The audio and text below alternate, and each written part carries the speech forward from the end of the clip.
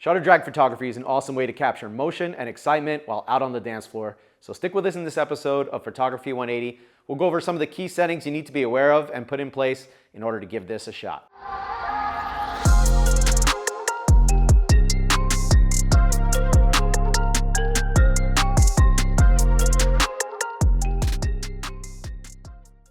Welcome back to the series, everyone. This week is all about using the shutter drag technique to get some interesting and unique photos out there on the dance floor, capturing motion and excitement. It's a great way to kind of mix things up. Obviously, you want to go through and get a lot of the safe shots using your standard flash on camera, maybe mixed with some off-camera flash.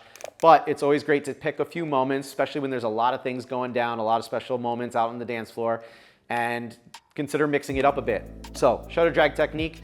These are the things that I consider when I'm preparing to take these types of shots.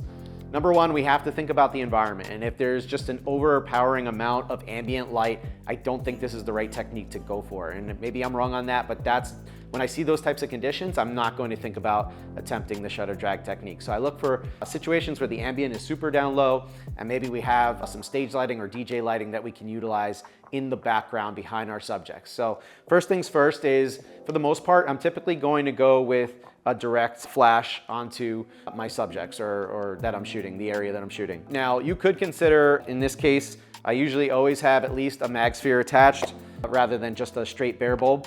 But in some cases, depending on the situation, it may be beneficial to also add a grid of some kind. In this case, we have the MagGrid. And that just allows typically we find ourselves outside of the general circle that's happening on the dance floor. And so what the grid will allow you to do is kind of shoot the main source of light only to your subject that's in center of the frame. And where you have people like kind of in front of you raising their hands up, a lot of the gentlemen have white shirts on, those sorts of things. I think they're the closest to your camera and the closest to your flash, so they'll tend to catch most of the light and be a little bit more blown out versus your subject, which is more properly exposed. So when you do add a grid, it allows you to kind of, bypass a little bit of the foreground and just maybe end up with a less of a blown out white shirt if you have a couple of gentlemen in front of you or a lady with a lighter colored dress on, let's say. So the grid can be very helpful in that regard. Unless you're gonna elevate your camera up high over the crowd, then maybe you don't need to use it as much. But it is a good idea to have handy just in case you're having some trouble with the results. Now, of course, to get the shutter drag, we need to be at a very slow shutter speed. Now, typically I find myself going to anything below 1/30th of a second.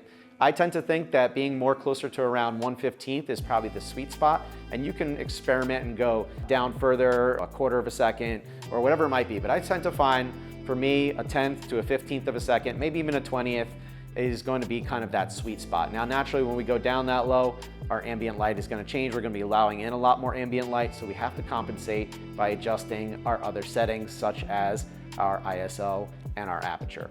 Typically, with the flash going on direct, we're getting a lot of light from here. So generally, my aperture, I will start dialing it down towards 5.6 or even f8, or even beyond that. We're going based off the results we're seeing on the back of the camera. There's no secret sauce that's gonna work in every single situation.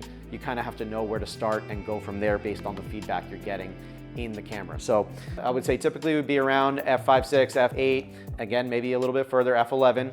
And then as far as the flash power goes, we're gonna also adjust that to taste based on the feedback we're getting, again, here on the camera.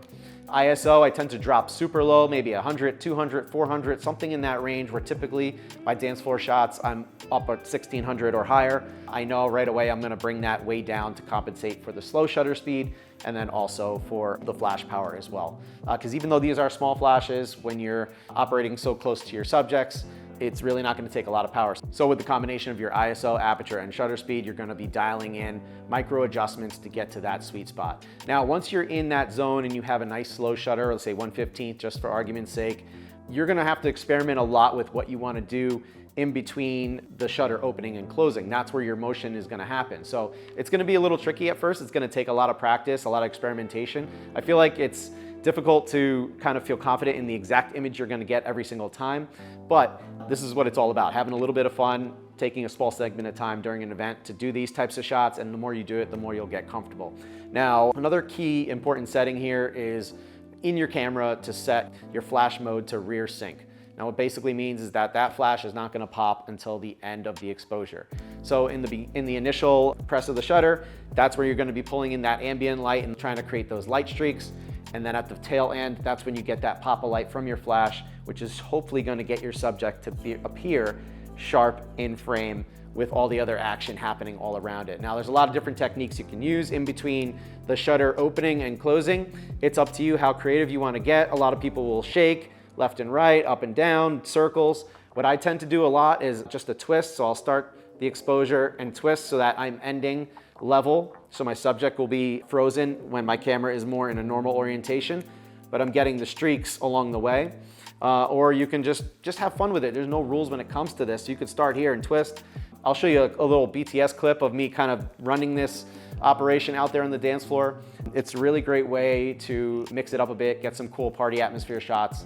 And if you can incorporate the crowd a little bit and engage with the crowd and get some really nice sort of funny reactions and good action, it's really gonna sort of enhance the technique all at the same time. So I'll show you a couple of samples of shots that I've taken at previous events using these same techniques, and I hope you find that helpful. Feel free to drop any comments down below, ask me any questions. So go out there, have fun with it, and I'll see you guys next week on Photography 180.